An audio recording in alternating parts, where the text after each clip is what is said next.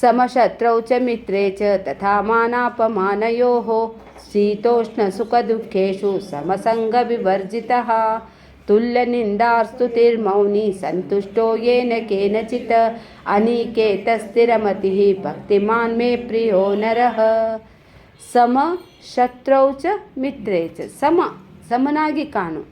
ತಥಾ ಅದರಂತೆಯೇ ಮಾನ ಅಪಮಾನ, ಶೀತ ಉಷ್ಣ, ಸುಖ ದುಃಖ, ಸಮ ಸಂಗ ವಿವರ್ಜಿತ ಅಂದರೆ ಓವರ್ ಅಟ್ಯಾಚ್ಮೆಂಟನ್ನು ಕೂಡ ನೀನು ಬಿಟ್ಟು ಬಿಡು. ಇದರಲ್ಲಿ ಯಾವುದೂ ಸತ್ಯ ಅಲ್ಲ ರೀ. ಕಂಟ್ರೋಲ್, ಎಲ್ಲದಕ್ಕೂ ಕಂಟ್ರೋಲ್ ರೀ. ಅದಕ್ಕೆ ಇದು ಭಕ್ತಿ ಯೋಗದ ಇದು 18ನೇ ಶ್ಲೋಕನೂ ಮತ್ತು 19ನೇ ಶ್ಲೋಕ ತುಂಬ ಸುಂದರ ಇದೆ ರೀ. ಸಮಶತ್ರೌಚ ಅಂತ ಹೇಳ್ತಾರೆ. ಶತ್ರು ಮಿತ್ರರಲ್ಲಿ ಸಮನಾಗಿ ಕಾಣು. ಜಗತ್ತಿನಲ್ಲಿ ಯಾರೂ ಶಾಶ್ವತವಾದ ಶತ್ರು ಇಲ್ಲ, ಶಾಶ್ವತವಾದ ಮಿತ್ರನೂ ಇಲ್ಲ ರೀ. ನಮ್ಮ ಪಾಲಿಟಿಕ್ಸ್ ನೋಡ್ತೇವಿಲ್ಲ ರೀ, ಏನೇನು ಮಾಡ್ತಾರೆ, ಮತ್ತು ಕೂಡ್ತಾರೆ, ಮತ್ತು ನಮಗೆ ಉಲ್ಲೂಕಿ ಪಟ್ಟೆ ಮಾಡ್ತಾರೆ ಅಷ್ಟೇ ರೀ. ಅದಕ್ಕಾಗಿ ಅವ್ರು ಭಾಳ ಜ್ಞಾನಿ ರೀ ಅವರೆಲ್ಲರೂ. ಯಾರ ಜೊತೆಗೆ ನಿಜವಾದ ಶತ್ರುನೂ ಇಲ್ಲ, ನಿಜವಾದ ಮಿತ್ರನೂ ಇಲ್ಲ ರೀ. ನನಗೆ ಒಳ್ಳೇದು ಮಾಡಿದವ್ರಿಗೆ ನಾನು ಮಿತ್ರ ಅಂತೇನೆ, ನಂದೇನಾದರೂ ಅಪಕಾರ ಮಾಡಿದರೆ ಶತ್ರು ಅಂತೇನೆ. ಶತ್ರು ಒಮ್ಮಿಗ್ಲೂ ಉಂಟಾಗಂಗಿಲ್ಲ ರೀ. ಮಿತ್ರನ ಆಗಬೇಕು, ಆಮೇಲೆ ಶತ್ರು ಆಗ್ತಾರೆ. ಇಲ್ಲಾಂದ್ರೆ ಕಂಡವರು ನಮಗೆ ಶತ್ರು ಆಗಂಗಿಲ್ಲ. ಅದಕ್ಕಾಗಿ ಭಗವಂತ ಹೇಳ್ತಾ ಇದ್ದಾನೆ, ಸಮ ಶತ್ರೌ ಚ ಮಿತ್ರೇ ಚ. ಅಂದರೆ ಯಾವುದೇ ಕ್ಷೇತ್ರದಲ್ಲಿ ಹೋಗಲಿರಿ, ನೀವು ಯಾವುದನ್ನು ನೀವು ಮಾಡ್ತಾ ಇದ್ದೀರಲ್ಲ, ನಿಮ್ಮ ಜೊತೆಗೆ ಈಗ ನಂದೇನಾದರೂ ಒಂದು ಜಗಳ ಇದ್ದರೆ, ನಾನು ವಕೀಲ ಕಡೆ ಹತ್ತಿರ ಹೋಗಿದ್ದೆ ಆದರೆ ಅವ್ರಿಗೆ ಪರ್ಸ್ನಲಿ ನನ್ನ ಮೇಲೆ ಏನಾದ್ರು ದ್ವೇಷ ಇದ್ದಿದ್ದೆ ಆದರೆ ಅವರು ನನ್ನ ಬಗ್ಗೆ ಮಾಡಂಗಿಲ್ಲ ರೀ. ಮಾಡಂಗಿಲ್ಲ ಅಂತ ನಾನು ಹಾಕತ್ತೇನೆ ರೀ, ಒಟ್ಟು ಮಾಡಂಗಿಲ್ಲ. ಡಾಕ್ಟರ್ ಅಂದ್ರೆ ಮೊದಲು ಮಾಡಂಗಿಲ್ಲ ರೀ. ಡಾಕ್ಟರ್ ಹತ್ರ ಬಂದ್ರೆ ಅವರು ತಡಿ ಇವ್ರವ್ವ ನಮಗೆ ಹಿಂಗೆ ಅಂದಿದ್ವು, ಬಂದಾಳಿಕ್ಕಿ ಮಾಡೋ ಅಂತಡಿ ಅನ್ನಂಗಿಲ್ಲ ರೀ. ಅದಕ್ಕಾಗಿ ಶತ್ರುತ್ವವನ್ನು ಸಾಧಿಸ್ಲಿಕ್ಕೆ ಹೋಗಬಾರ್ದ್ರಿ. ಅದಕ್ಕಾಗಿ ಬಹುಜನ ಮಿತ್ರ ದೇರೇ ರಾಮ್ ಅಂತಾರ್ರಿ.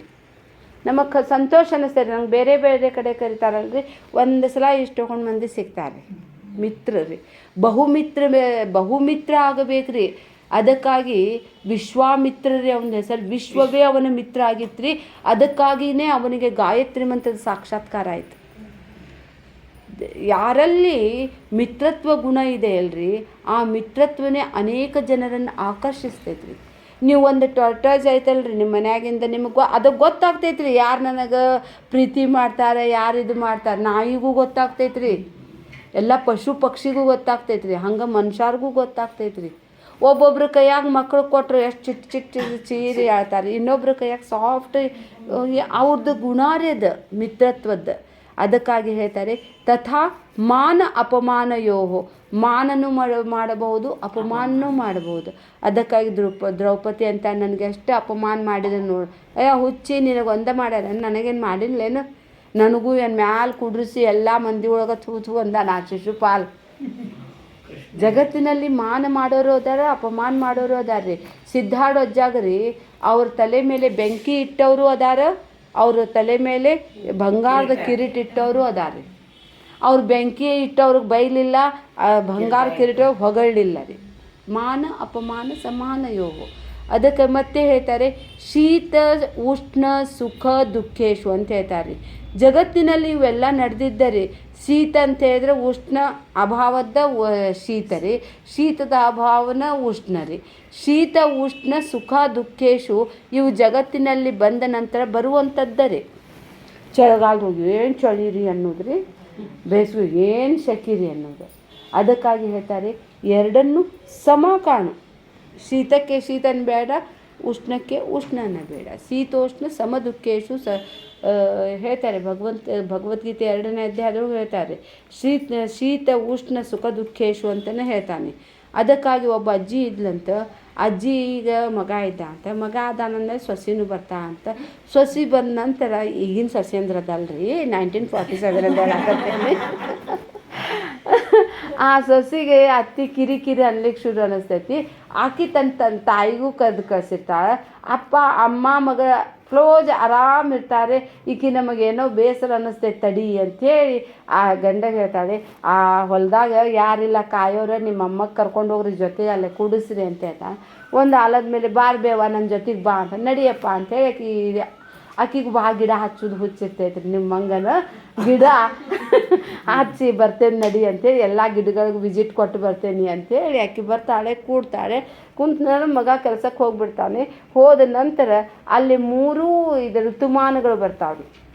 ಅವು 3 ಋತುಮಾನ ನಿಂದಿರ್ತಿ. ಯಾರು ಅಪ್ಪ ನೀವು ಅಂತ ಹೇಳ್ತಾರ್ರಿಕಿ. ಅಂದ್ಕೊಂಡು ನೋಡಮ್ಮ, ನಾನು ಬೇಸಿಗೆಗಾಲ, ಇವನ ಮಳೆಗಾಲ, ಅವನು ಚಳಿಗಾಲ. ನಾನು ಹ್ಯಾಂಗದೇನೆ ಈ 3 ಮಂದಿದೊಳಗೆ ಯಾರು ಚಲೋ ಹೇಳು ಅಂತ. ಯಪ್ಪ ನೀವು 3 ಮಂದಿ ಚಲೋನ ಯಪ್ಪ. ಮಳೆ ಬಂದ್ರೆ ಬೆಳೆ ಬರ್ತೈತಿ, ಬೆಳೆ ಬಂದ್ರೆ ಚಳಿಗಾಲಕ್ಕೆ ಅವು ಎಲ್ಲ ಪೌಷ್ಟಿಕತೆಯನ್ನು ಹಿಡ್ಕೋತಾವ.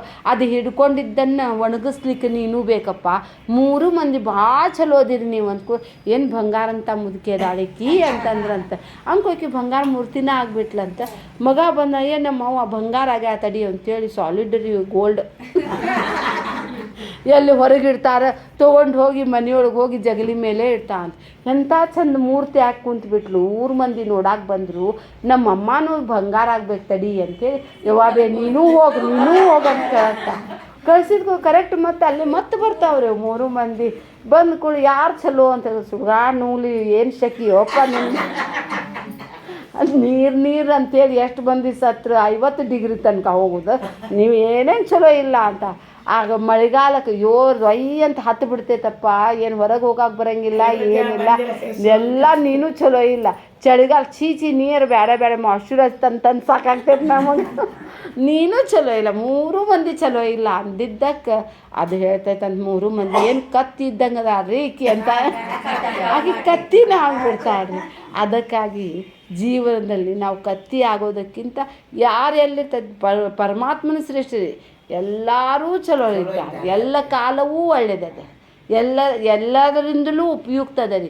ಭಗವಂತ ಮಾಡಿರುವಂತಹ ಸೃಷ್ಟಿಯಲ್ಲಿ ಯಾವುದೂ ನಿರುಪಯುಕ್ತ ಇಲ್ಲ ರೀ. ನಮಗನಿಸ್ತೈತಿ ಇದು ಶ್ರೇಷ್ಠ, ಇದು ಕನಿಷ್ಠ. ನಾವು ಮಾಡಿಟ್ಟೇವ್ರಿ. ಎಲ್ಲನೂ ಅಷ್ಟೇ ಚಲೋ ಅದ. ಬಂಗಾರಕ್ಕೆ ಬೆಲೆ ಕೊಟ್ಟಿದ್ದಾಗ ಬೆಲೆ ಬಂದಿದೆ ರೀ. ಆ ಬಂಗಾರಕ್ಕೆ ಬೆಲೆ ಕೊಡದೇ ಇದ್ದಿದ್ದೆ ಆದರೆ ಬೆಲೆನೇ ಬರ್ತಿದ್ದಿಲ್ಲ. ಇದು ಒಂದು ಜೀವ ಸೃಷ್ಟಿ, ಒಂದು ಈಶ ಸೃಷ್ಟಿ ಅಂತ ಹೇಳ್ತಾರೆ.